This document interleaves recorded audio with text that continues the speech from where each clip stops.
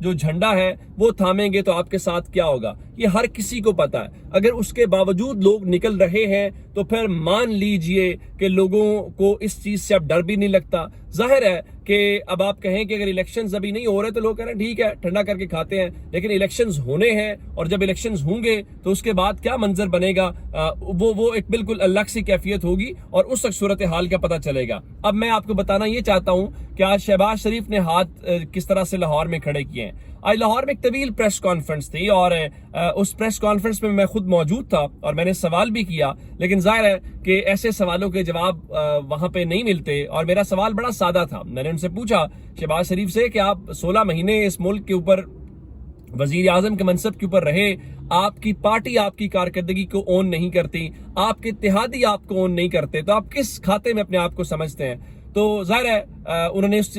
وہ یوں جیسے ڈاج دینا ہوتا ہے، تو انہوں نے وہ تو کام خیر کر دیا۔ اب میں آپ کو بتانا یہ چاہتا ہوں کہ آج وہ کہہ رہے تھے بار بار کہ جی یہ سوال ختم ہو جانا چاہیے کہ نواز شریف آ رہے ہیں کہ نہیں آ رہے، اللہ کو منظور ہوا تو وہ 21 اکتوبر کو ضرور پاکستان جو ہے وہ آئیں گے۔ اچھا، ایک بڑا اہم معاملہ ہے آج کی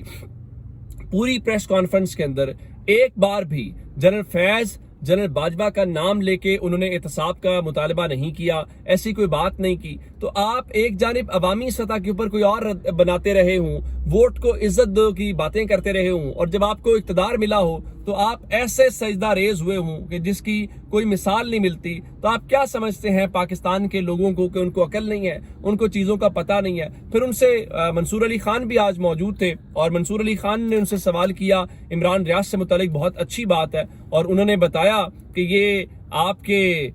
دور حکومت کے اندر ایک صحافی جو ہے وہ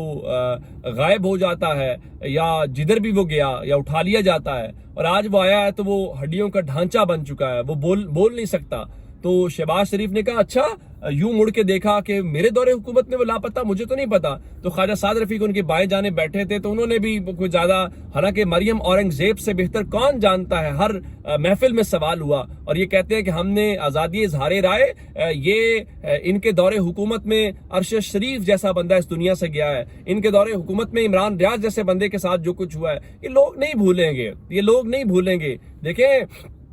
ٹھیک ہے، آپ کا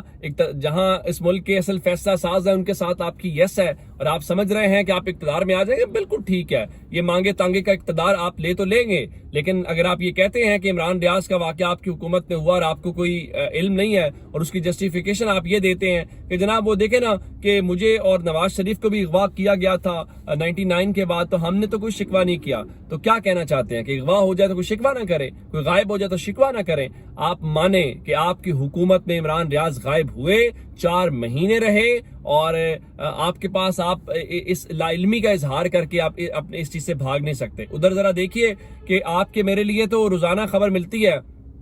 کہ جناب بجلی مہنگی ہو رہی ہے، ہمیں خبر ملتی ہے جی فلاں مسئلہ یوں ہو گیا۔ اب ذرا خبر سن لیجئے کہ نگران وزیر اعظم انوار الحق کاکڑ نے شہزادہ احسن اشرف کو بھی نگران وفاقی وزیر کے طور کے اوپر جو ہے وہ تعینات کر دیا ہے، تو یوں اب آپ کی جو کابینہ کی تعداد ہے وہ 27 ہو گئی ہے۔ ہمیں بتایا گیا تھا بڑی مختصر سی ہم نے کابینہ رکھنی ہے، اب سوال صرف یہ پیدا ہوتا ہے کہ یہ جو 27 رکنی کابینہ ہے، ظاہر ہے کہ اس کے اخراجات ہیں، گاڑیاں دوڑتی ہیں، ہٹو بچو ہوتا ہے، بہت کچھ پروٹوکول ہے، سارا کچھ ہے، تو وہ جو سارا خرچہ ہے وہ تو ظاہر ہے کہ پاکستان کے قومی خزانے سے جاتا ہے، لیکن وہ بہت باتونی قسم کا جو وزیر اعظم ہے انوار الحق کاکڑ، جو باتیں تو بہت کرتے ہیں لیکن عملی طور پہ تو ظاہر ہے وہ بڑے فخر کے ساتھ اس چیز کو اون بھی کرتے ہیں کہ وہ ایک ملٹری مین ہے، یا